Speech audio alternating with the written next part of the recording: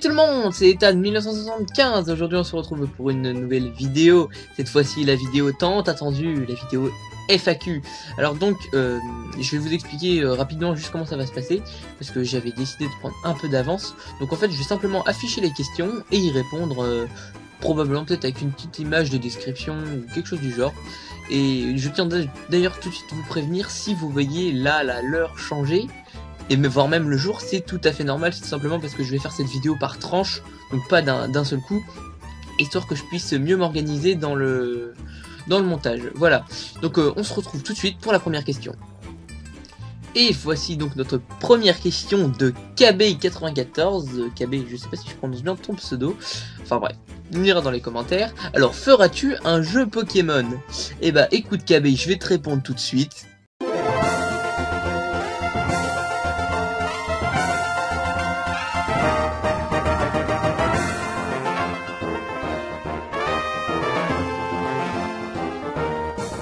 Voilà, donc comme tu as dû le comprendre, évidemment, j'ai un projet de jeu Pokémon, donc là tu as vu l'intro, et donc bah voilà, en guest, pour toi ainsi que pour tous ceux qui seraient éventuellement intéressés, voici la pseudo-carte de mon jeu Pokémon, donc voilà, je vous laisse réfléchir là-dessus, et donc maintenant on passe à la question suivante. Et nous passons maintenant à la deuxième question de Vava35YT, donc YouTube. Pourquoi tu aimes trop bien Armin? Bon, alors, Armin, c'est une histoire plutôt simple en réalité. Alors, en fait, tout part du principe simple et logique pour moi. En fait, il se trouve que en vrai, en IRL, pardon, j'ai les cheveux plutôt longs. Et du coup, en réalité, Armin était un des seuls personnages qui me correspondait physiquement. Et voilà, donc après du coup j'ai découvert plus en profondeur l'attaque des titans, j'ai compris la série en gros, et je me suis beaucoup attaché à Armin. En fait je trouvais c'était un bon personnage, donc il était intelligent, même si à côté il n'est pas fort au combat, ça reste un bon personnage dans la série. Et du coup je me suis vraiment beaucoup attaché à Armin, et du coup c'est devenu mon personnage préféré, et bah maintenant c'est moi qui prends tout le temps Armin. Voilà, c'est aussi simple que ça. Et on passe maintenant à la question numéro 3. Et donc passons maintenant à notre fameuse question 3 de Roxas 2055. Si tu rencontrais un ange pleuré, que fais-tu? Donc il précise que c'est dans l'épisode 10, saison 3 de Doctor Who. Alors écoute, en fait, je regarde pas souvent Doctor Who, mais j'ai vu pas mal d'épisodes à droite à gauche. Et le seul souvenir que j'ai là-dessus, c'était des statues d'anges. Que quand tu les regardes pas, en fait, elles arrivent dans ton dos, puis elles te tuent en fait. Donc... courir me semble une bonne idée. Courir me paraît une bonne idée quoi. Voilà. J'espère que tu seras satisfait de ma réponse. Allez, question 4. Et nous voici à la question 4 posée par Captain Arcados. Oui, c'est ça. Alors, comment as-tu découvert l'attaque des titans? Alors, je vais vous expliquer qui c'est ça parce que c'est vraiment on va dire plutôt une longue histoire. Alors, à la base, c'est grâce... et je peux d'ailleurs le remercier à Ilien44 si j'ai découvert l'attaque des titans. Alors que je vous explique l'histoire en détail, il se trouve que j'étais chez lui, parce qu'on se connaît en IRL, donc du coup il se trouve que j'étais chez lui pour un week-end il me semble, et en fait il a regardé l'épisode 2 de l'attaque des titans, et moi j'ai regardé comme ça quoi, et en fait je sais pas pourquoi j'ai été attiré par ce manga. Du coup après moi je suis retourné sur mon ordinateur et j'ai regardé épisode 1, 2, 3, 4, 5, et en fait j'étais à fond dedans. Et puis du coup au fil du temps j'ai commencé à trouver le jeu, notamment du coup Attack on Titan Tribute Game, parce que je savais même pas que ça existait avant. Donc j'ai trouvé Attack on Titan Tribute Game, j'ai acheté tous les tomes de la série, même maintenant je continue la collection. Donc voilà, s'il y a vraiment une raison principale de ma découverte de l'attaque des titans, c'est bien sûr Ilien 44. Voilà, donc Ilien, si tu regardes la vidéo, je te remercie grandement de m'avoir fait découvrir cette série. Et passons maintenant à la question 5. Et donc voici la question numéro 5 de Underboy. Pourquoi les Yoshi? Bien orthographié avec un petit S à la fin. Oui, bon, excusez-moi. Donc voilà, pourquoi les Yoshi? Et en réalité, là aussi, c'est une autre histoire de mon passé. Alors, en fait, c'est grâce à Super Mario Bros. Wii, enfin New Super Mario Bros. Wii du coup.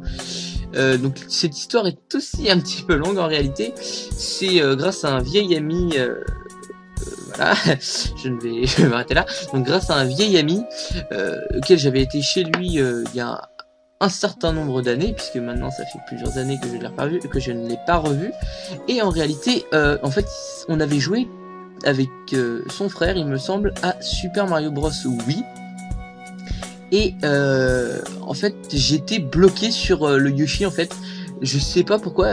Je voulais avoir un Yoshi parce qu'en fait, c'est surtout parce qu'on avait fait le niveau 1-3 en fait de New Super Mario Bros. Wii. Donc, si vous avez une bonne mémoire, c'est bien sûr le premier niveau où apparaissent les Yoshi.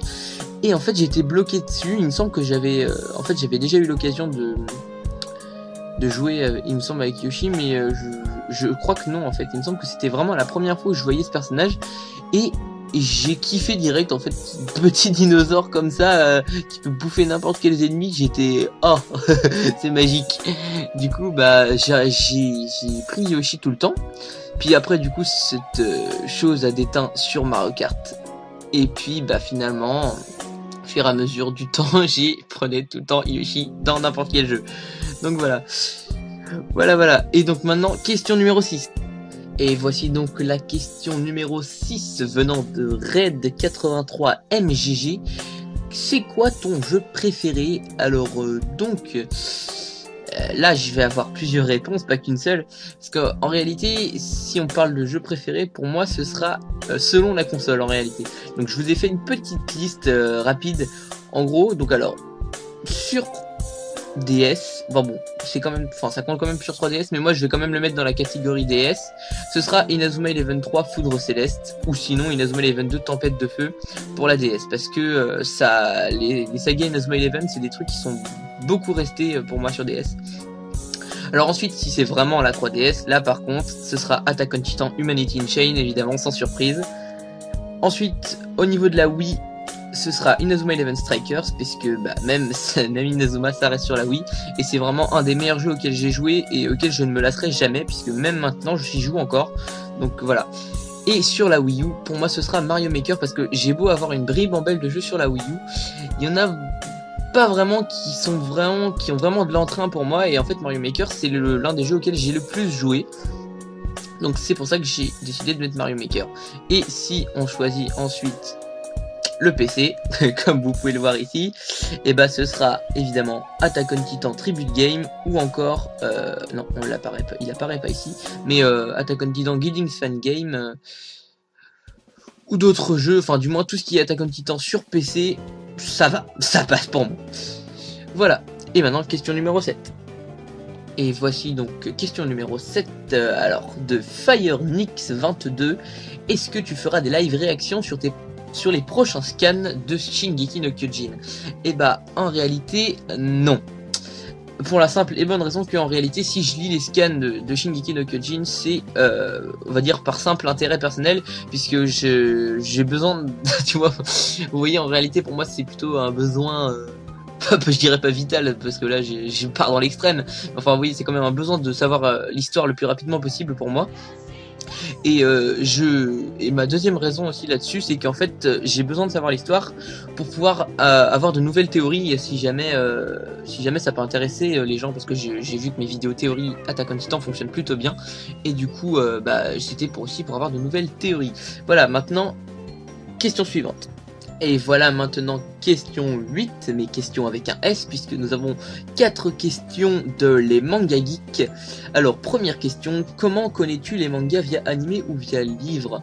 Bon, à vrai dire, déjà je comprends pas trop la question, mais je vais essayer de répondre, on va voir si je t'ai bien compris. Et en fait je connais la plupart des séries que j'ai connues, c'est via certains de mes amis ou via mes préférences personnelles. Donc je regarde Inazuma Eleven, Pokémon. Bon, Pokémon je regarde pas, je lis plutôt, parce que en animé je trouve ça un peu barbant en fait, l'histoire de Sacha et Pikachu, c'est toujours la même, on a compris. En manga c'est un peu plus différent, donc c'est pour ça que je préfère. Ou sinon après du coup j'ai d'autres séries que m'ont conseillé mes amis, donc comme l'Attaque des Titans, vous avez eu la réponse tout à l'heure, Seven Deadly Sins qui vient également de Lien 44, The Testament qui vient d'un autre ami, et voilà, d'autres séries comme ça. Alors, deuxième question, as-tu une grande connaissance sur les mangas? Alors, on peut dire oui, mais ça dépend quel manga en fait. Parce que, je veux dire, si vous me parlez Seven Deadly Sins, SAO, AOT, je vais vous répondre direct. Par contre, si vous commencez à me parler One Piece ou Fairy Tail, là je suis complètement à côté de la plaque. Je ne connais pas du tout ces séries-là, je ne regarde pas du tout et je n'irai pas regarder. Me demandez pas pourquoi, c'est comme ça. Alors ensuite, question numéro 3, ma musique préférée. Bon, alors, ça va être un peu complexe pour moi parce qu'en réalité, en étant musicien, j'ai pas vraiment de musique préférée, on va dire.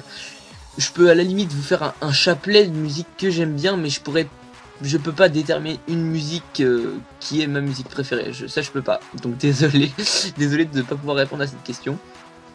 Et alors, question qui est pour moi la plus intéressante, peut-on avoir des infos sur la communauté, entre parenthèses, pour savoir? Alors bien sûr que oui.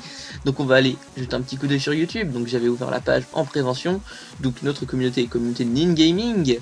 Donc des infos sur la communauté, bah en réalité c'est simple. On s'est juste tous regroupés. Donc moi, Zoï le Lita Manga, Ilien 44, Elscream 78 et MCubix 006, même si MCubix n'a pas de compte YouTube, enfin du moins pas de chaîne YouTube.